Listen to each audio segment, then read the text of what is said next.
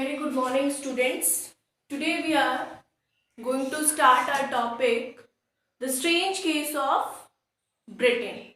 Okay, we can also say that today we will study about the unification of Britain.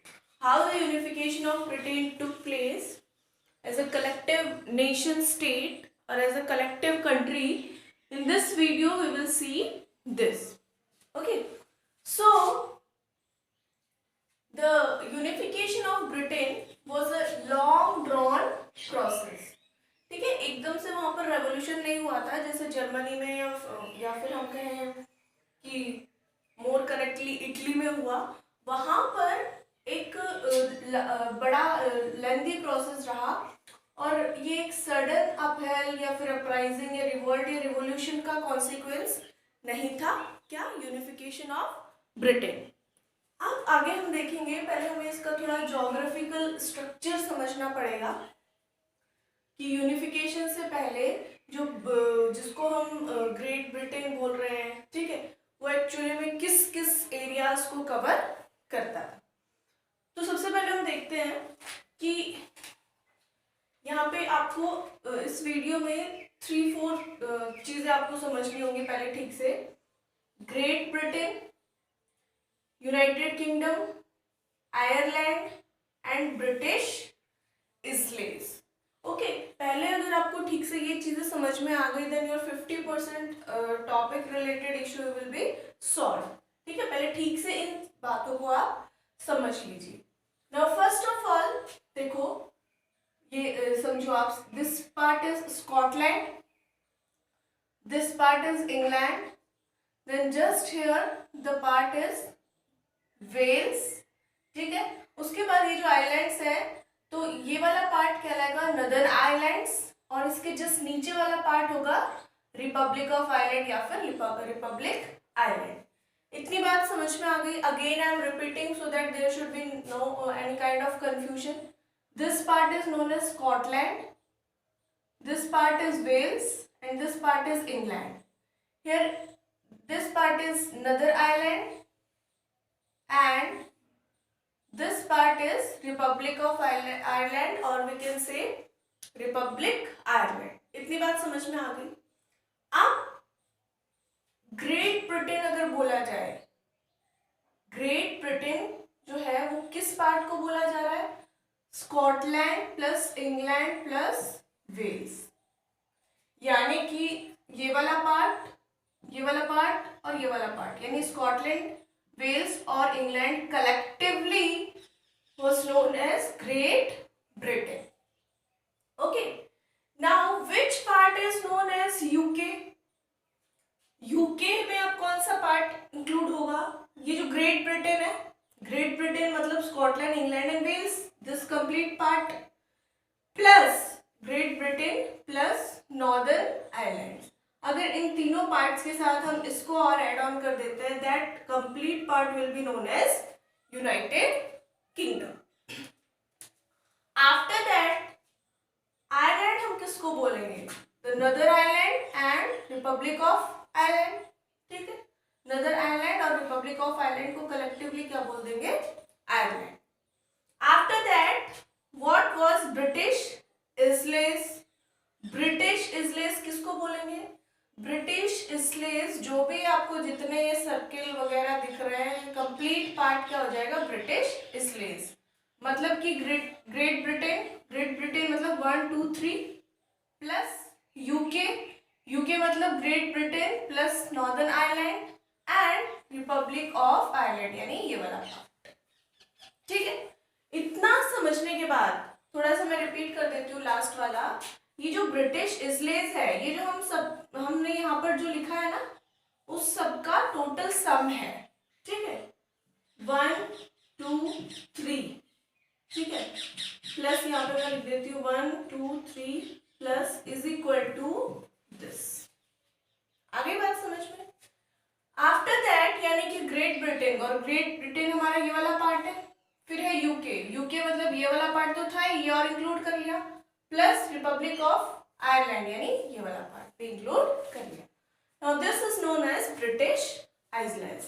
तो हमने अभी तक क्या पढ़ा, ज्योग्राफिकल डिवीजन पढ़ा ब्रिटेन का यूनिफिकेशन से पहले, और हमने देखा कि जो यूनिफिकेशन ऑफ ब्रिटेन था वो एक लॉन्ग ड्रॉन आउट प्रोसेस था, वो एक सडन अपहेवल या फिर कोई रेवोल्यूशन की वजह से वहाँ पर एक मतलब स्टैब्लिश नहीं हुआ वहाँ पर यूनिफिकेशन। इतना देखने के बाद में now we will go ahead. अब देखो जो 18th सेंचुरी से पहले एक जो ब्रिटेन था वो एक नेशन स्टेट नहीं था, मतलब वो एक यूनिफाइड एरिया नहीं था या कंट्री नहीं था। ब्रिटिश एस्लेस की तरह वो ब्रिटिश एस्लेस मतलब ये वो एक प्रॉपर ब्रिटिश एस्लेस था। ब्रिटिश एस्लेस का मतलब वहां पर अलग अलग लोग रह रहे थे, जैसे इंग्लिश पीपल वर लिविंग, जो कि इंग्लैंड में रह रहे थे इंग्लिश पीपल, ओके, और वहां पर स्कॉट्स रह रहे थे स्कॉटलैंड में, और आयरिश आयरलैंड में, एंड वेल्स जो थे वो वेल्स जो कंट्रीज था ना वहां पर। तो अलग अलग एरियाज में ये कंप्लीट तो हमने पढ़ा ब्रिटिश इस्लेस है, तो ब्रिटिश इस्लेस में ब्रिटेन की यूनिफिकेशन से पहले ब्रिटिश इस्लेस स्टैब्लिश था, और वहां पर अलग अलग एरियाज में अलग अलग ट्रेडिशन और लैंग्वेज वाले लोग रह रहे थे, जिनका अपना कल्चर था, पॉलिटिकल ट्रेडिशंस थे उनके अपने। लेकिन धीरे धीरे क्या होता है कि देखो इन सब प्लेसेस में सबसे जो इम्पोर्टेंट रहा, या फिर मैं कहूँ सबसे जो ग्रू करा बहुत ज़्यादा, जिसके पास वेल्थ आई, पावर आई, धीरे धीरे इम्पोर्टेंस आई, तो वो कंट्री कौन सा था, इंग्लैंड था। क्योंकि अगर आपको याद हो तो सबसे पहले इंडस्ट्रियलाइजेशन कहाँ पे हुआ था, इंग्लैंड में हुआ था, और धीरे धीरे क्या हुआ, इंग्लैंड के पास बहुत ज़्यादा पैसा आने लगा। और बहुत ही छोटी सी चीज़ है, जब ज़्यादा पैसा आता है वो इंसान तो कंट्रोल में रहता है नहीं, ठीक है, ये तो हमने बहुत बार पढ़ा है। तो वैसे ही जो इंग्लैंड था वो ज़्यादा पावरफुल वहाँ पर हो गया, वेल्थ के टर्म्स में और अदर ऑथोरिटेटिव टर्म्स में, ओके। अब जब उसके पास ज़्यादा वेल्थ आ गई, पावर आ गई, तो वो क्या करने लगा, बाकी जो एथनिक ग्रुप्स थे, एथनिक ग्रुप्स का मतलब Irish people, Wales people, Scot people, ठीक है, इन पर क्या करने लगा, वो अपना इन्फ्लुएंस या अपना डोमिनेशन इम्पोज करने लगा, अपना एक तरह से पावर इम्पोज करने लगा। और धीरे धीरे उसने क्या किया, इंग्लिश पीपल ग्रू, उनके पास वेल्थ आ गई, पावर आ गई, और उन्होंने अपना एक्सटेंड बढ़ा लिया या इन्फ्लुएंस बढ़ा लिया, कहाँ पर, other Nations of the island, जो दूसरे आइलैंड वाले नेशंस थे ना, यहाँ पर अपना पॉलिटिकल या पावर बेस्ड डोमिनेशन इंग्लैंड ने धीरे धीरे इंक्रीज कर दिया। और उसके बाद क्या होता है, देखिए जो इंग्लिश पार्लियामेंट था वो स्टैब्लिश हो जाता है, जो वहाँ पर मोनार्किकल फॉर्म ऑफ गवर्नमेंट होती है उसको हटा के, या ये समझ लो उसने खुद अपनी पावर को छोड़ दिया होता है कि अच्छा है कि मेरी इंसल्ट होगी, उसके बाद मैं हटूंगा यहाँ से, वहाँ का जो किंग होता है, बेटर है कि मैं अपनी मर्जी से अपनी पावर्स को पार्लियामेंट को या ये जो फॉर्म ऑफ गवर्नमेंट है उसको प्रोवाइड कर देता हूँ। तो वहाँ पर एक कॉन्फ्लिक्ट के जरिए जो सारा पावर्स थी मोनार्की की वो सीज कर ली जाती है, किसके थ्रू, इंग्लिश पार्लियामेंट के थ्रू 1688 में। आफ्टर दिस व्हाट हैपन्स, अब क्या होता है कि इंग्लैंड जो था ऑब्वियसली अब उसके पास पैसा आ गया था, वो एक सेंटर था एक बहुत बड़ा, और धीरे धीरे वो और ज़्यादा अपना एम्पायर एक्सटेंड करने लगता है, और एक एक्ट ऑफ यूनियन वहाँ पर आता है, एक्ट ऑफ यूनियन आता है 1707 में। और इसका क्या रिजल्ट होता है, इसका ये रिजल्ट होता है कि किस किस के बीच में होता है, पहले तो ये स्कॉटलैंड और इंग्लैंड के बीच में होता है एक्ट ऑफ यूनियन, इन दोनों प्लेसेस के बीच में। और इसके अकॉर्डिंग क्या हो जाता है, formation of United Kingdoms of Great Britain बन जाता है। उसका मतलब ये था कि English was able to impose its influence on Scotland. अब एक तरह से लीगली, मतलब क्योंकि एक्ट ऑफ यूनियन फॉर्म हो चुका है, तो लीगली अब क्या कर सकता है, इंग्लैंड स्कॉटलैंड पे अपना एक तरह से राइट इम्पोज कर सकता है, या उनके मैटर्स में अपना डोमिनेशन शो कर सकता है, ठीक है। तो लीगली अब ये सारी चीजें आ गई थी। एंड और एक चीज और थी कि जो ब्रिटिश पार्लियामेंट था था वो किस से डोमिनेटेड था? इंग्लिश मेंबर्स के थ्रू ही डोमिनेटेड था इंग्लिश पार्लियामेंट। तो आगे क्या होता है देखिए आप, the growth of British identity means Scotland culture and political institutions were suppressed. अब देखो इंग्लिश मेंबर्स हैं, डोमिनेशन हो गई है, पैसा आ गया है, उनको एक्ट ऑफ यूनियन मिल गया है कि वो खूब लीगल तरीके से अपना मतलब स्कॉटलैंड को सप्रेस कर सकते हैं, इतना कुछ हो गया है, ठीक है। तो अब क्या होगा, अब स्कॉटलैंड का जो कल्चर है, पॉलिटिकल इंस्टीट्यूशंस है, उनको पॉलिटिकली क्या करा गया, सप्रेस किया गया, ओके, दबाया गया। उनके कल्चर को, उनके रहन सहन को, उनका जो सिस्टम था, ट्रेडिशंस थे, उन सबको अब सप्रेस कर दिया गया। किसके थ्रू? इंग्लैंड के through. Again I am repeating, act of union क्या था? एक्ट ऑफ यूनियन एक तरह से बनाया गया 1707 में, और जिसका रिजल्ट क्या हुआ, United kingdom of Great Britain बना। और उसका मतलब था कि इंग्लिश अब क्या कर सकती है, अपना इन्फ्लुएंस इम्पोज कर सकती है प्रॉपरली स्कॉटलैंड पर। अब जो इंग्लिश पार्लियामेंट था उसमें डोमिनेटेड कौन थे? English members. इसका मतलब था कि अब स्कॉटलैंड के culture, political institution, tradition, system को क्या कर दिया जाएगा, प्रॉपरली सप्रेस कर दिया जाएगा, और ऐसा ही हुआ। अब आगे चलने से पहले आपको एक चीज बहुत अच्छे से समझनी है कि कैथोलिक्स और प्रोटेस्टेंट्स कौन होते हैं। जैसे हिंदूज में अलग अलग एक तरह से ओपिनियन के लोग होते हैं, या फिर अगर बात करें जैन्स की तो उसमें श्वेतांबर पीतांबर होते हैं, ठीक है। ऐसे ही जो क्रिश्चियंस होते हैं वो भी दो तरह के होते हैं, दो ब्रांचेस होती हैं क्रिश्चियनिटी की, आप ऐसे समझ सकते हैं। One is Catholics and other one is Protestants. तो और बाइबल भी दो है, one is new Bible and the other one is old Bible. तो जो लोग बहुत ही पुराने टाइम से क्रिश्चियनिटी को फॉलो करते आ रहे हैं, या फिर हम कहें जो लोग कंजर्वेटिव हैं, ठीक है, जिनकी आइडियोलॉजी थोड़ी कंजर्वेटिव है, जो ज़्यादा रेस्ट्रिक्शंस वगैरह को मानते हैं, पुराने सिस्टम को मानते हैं, ठीक है, तो और ओल्ड बाइबल को फॉलो करते हैं, प्लस वो मानते हैं कि जीसस क्रिस्ट का कोई पर्टिकुलर शेप था, वो ऐसे दिखते थे, जैसे आप चर्च वगैरह में देखते हो ना, उनका पूरा स्टैचू वगैरह रहता है, तो उनके मतलब उन्होंने एक आइडियोलॉजी शेप कर रखी है कि ऐसे दिखते होंगे जीसस क्राइस्ट, ये थे वो थे।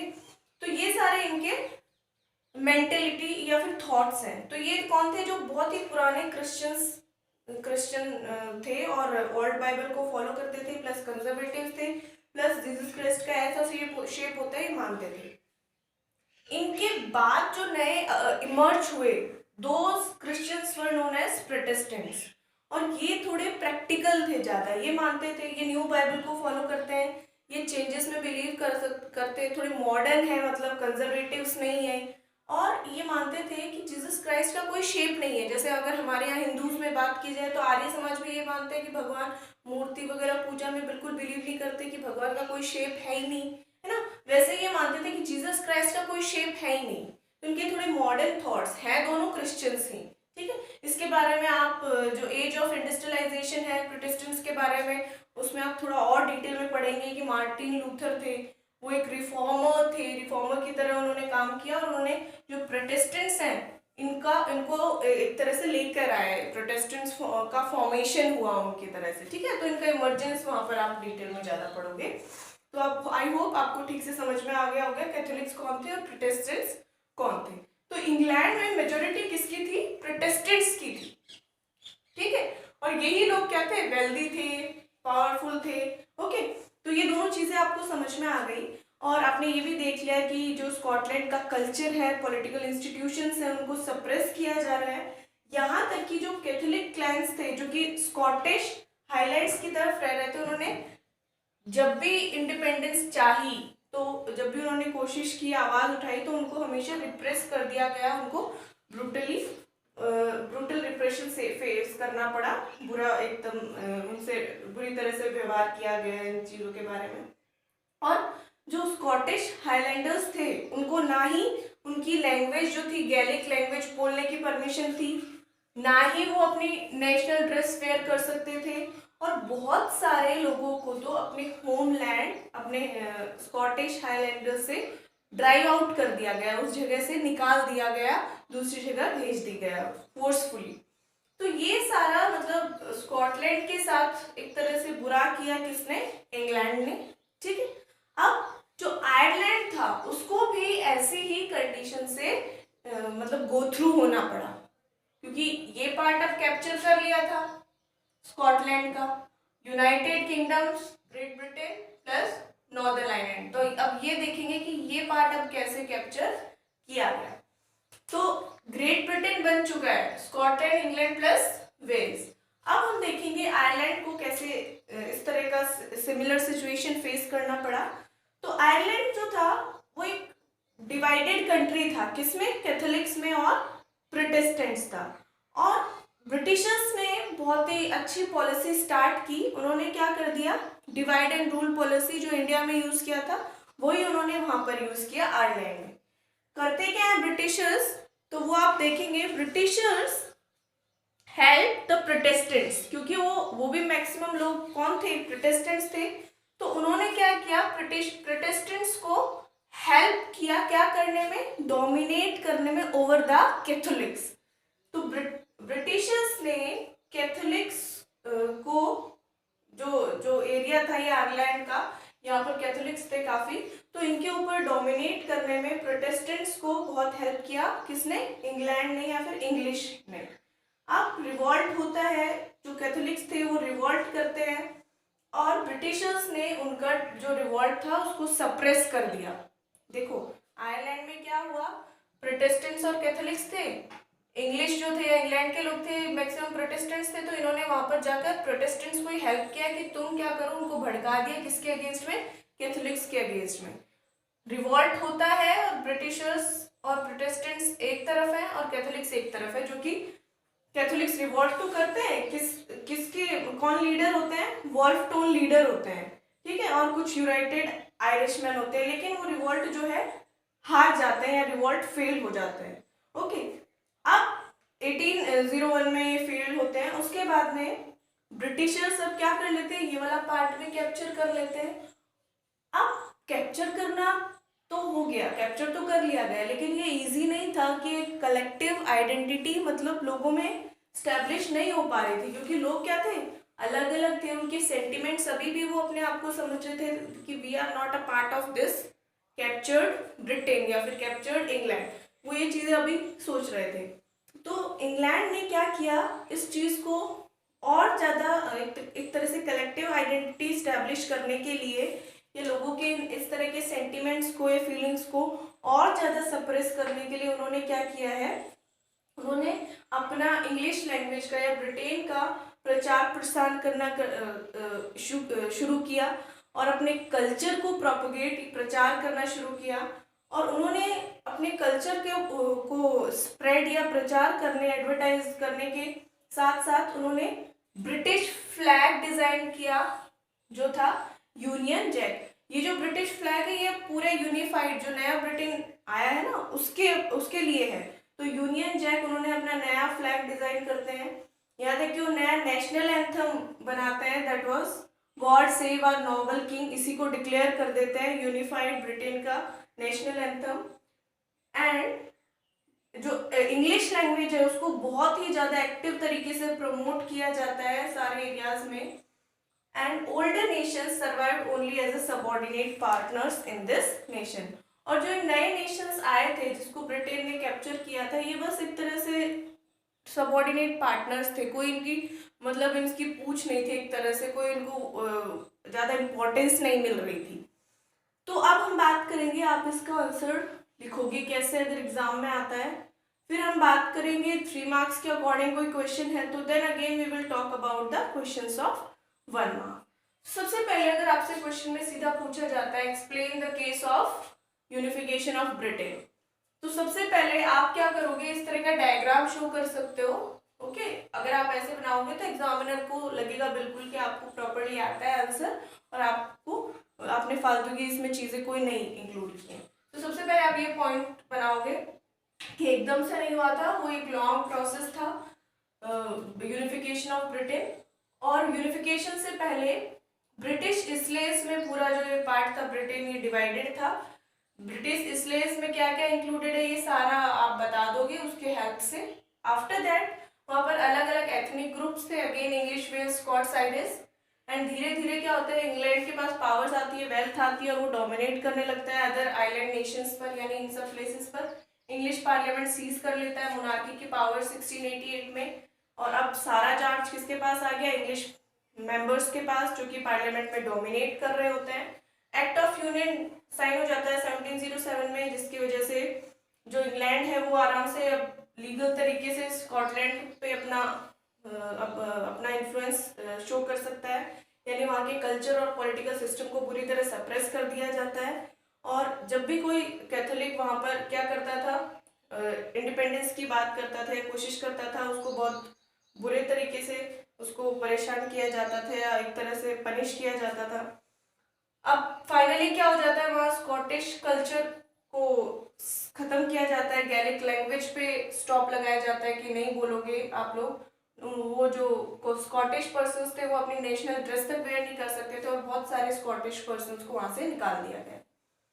आयरलैंड को भी ऐसे ही कंडीशन से सब कुछ जाना पड़ा सारा, और वहाँ पर कैथोलिक्स और प्रोटेस्टेंट्स थे। इंग्लैंड जो खुद भी काफ़ी प्रोटेस्टेंट्स थे वो वहाँ पर जाकर प्रोटेस्टेंट्स को हेल्प करते हैं और रिवॉल्ट करवा देते हैं कैथोलिक्स और प्रोटेस्टेंट्स का। कैथोलिक्स रिवॉल्ट तो करते हैं वोल्फ टाउन के मतलब लीडरशिप में, लेकिन फेल हो जाते हैं। उसके बाद में सारा एरिया जो है कैप्चर कर लिया जाता है ब्रिटेन के थ्रू। और यूनिफाइड ब्रिटेन में क्या होता है, कलेक्टिव नेशनल आइडेंटिटी स्प्रेड करने के लिए यूनियन जैक जो फ्लैग है वो डिजाइन करते हैं, national anthem God save our noble man declare कर दिया जाता है और इंग्लिश लैंग्वेज को एक्टिवली प्रमोट किया जाता है। This was the answer of unification of Britain. आपको क्या करना है, बहुत ही छोटा छोटा, क्योंकि थोड़ा बड़ा है ये आंसर, तो आप क्या कर लो, 2-3 पॉइंट्स को एक साथ मर्ज कर लो। जैसे फर्स्ट पॉइंट ये बन जाएगा, इसी में आप इसको ये पूरा जो ज्योग्राफिकल सिस्टम है उसको इंक्लूड कर दो। सेकेंड पॉइंट में ज्योग्राफिकल ये जो था एथनिक ग्रुप्स को भी आप इसी में डाल दो, ठीक है, तो इनकी बात खत्म हो गई। फिर इंग्लैंड वाला जो ग्रू हुआ इसको आप सेकंड पॉइंट बना लो, ये पूरा यहाँ तक फर्स्ट पॉइंट। सेकंड पॉइंट में आप पूरा ये इसकी बात कर लो, पार्लियामेंट की, एक्ट ऑफ यूनियन तक की बात कर लो आप सेकंड पॉइंट में। थर्ड पॉइंट में जो बुरा हुआ है स्कॉटिश पर्सन्स के साथ उसकी बात कर लीजिए। उसके बाद आयरलैंड में क्या किया गया, आयरलैंड में क्या हुआ, क्या सिचुएशन हुई, उन्होंने रिवॉल्ट किया, उन्होंने जो प्रोटेस्टेंट्स इंग्लैंड ने प्रोटेस्टेंट्स का साथ दिया, वो सारी बातें आप इसमें लिखो। लास्ट में फिफ्थ पॉइंट में आप क्या बताओगे, अब यूनिफाइड जो इंग्लैंड था, ब्रिटेन था, उन्होंने अपना फ्लैग, नेशनल एंथम वगैरह इंग्लिश लैंग्वेज को प्रमोट किया। ऐसे करके आप ये 5 पॉइंट्स बनाओगे इसमें। आप बात करेंगे 3 मार्क्स के क्वेश्चंस की, तो 3 मार्क्स का बेटा इसमें क्वेश्चन आपका बस दो क्वेश्चन बनते हैं सीधे से। फर्स्ट तो ये है कि एक्ट ऑफ यूनियन क्या था, पूछ लिया जाए तो, ठीक है। उसके अलावा दूसरा कि स्कॉटिश को कैसा एक तरह से इसको कैसे ट्रीट किया गया, या फिर स्कॉटलैंड के पर्सन्स को एक तरह से क्या कंडीशंस फेस करनी पड़ी, क्या बुरा किया गया उनके साथ, ठीक है। इस तरीके से क्वेश्चन बनता है, तो इसमें आप वही सारी बातें बता दोगे कि उनको सप्रेस किया गया, उनका लैंग्वेज तक नहीं यूज करने दिया गया, ना नेशनल ड्रेस तक, उनको अपने होमलैंड से ड्राइव आउट कर दिया गया। तो ये चीजें फेस करनी पड़ी स्कॉटिश पर्सन्स को, उनके कल्चर को भी सप्रेस कर दिया गया। तो ये 2 क्वेश्चन बनते हैं बेटा 3 मार्क्स के। Now if you talk about questions as पर 1 मार्क, तो आप इसमें आप क्या करोगे, 1 मार्क में आप बताओगे, पहले तो आपको ये सारा एरिया पता होना चाहिए 1 मार्क्स में। ग्रेट ब्रिटेन क्या था, यूके क्या, आयरलैंड क्या, ब्रिटिश इसलेस क्या था, प्लस कौन रहते थे, obviously you will know. Other this आपको ईयर्स पता होने चाहिए, इंग्लिश पार्लियामेंट कब, ठीक है, ये सारे एक्ट ऑफ यूनियन कब। इसके अलावा आपको कैथोलिक्स और प्रोटेस्टेंट्स का पता होना चाहिए, प्लस यूनियन जैक क्या था, फ्लैग था ब्रिटेन का, यूनिफाइड ब्रिटेन का, नेशनल एंथम कौन सा था, God save our noble man, किस लैंग्वेज को ज़्यादा प्रमोट किया गया, किसको सप्रेस किया गया, तो गैलिक लैंग्वेज को, स्कॉटिश वगैरह इनकी लैंग्वेज को सप्रेस कर दिया गया और इंग्लिश को एक्टिवली प्रमोट किया गया। Hope you have understood the topic, revise the topic well, do proper questions, okay, and whatever confusion is there, you can ask, but these three unifications are very important. So revise them properly and make proper notes of the topic. Okay, thank you.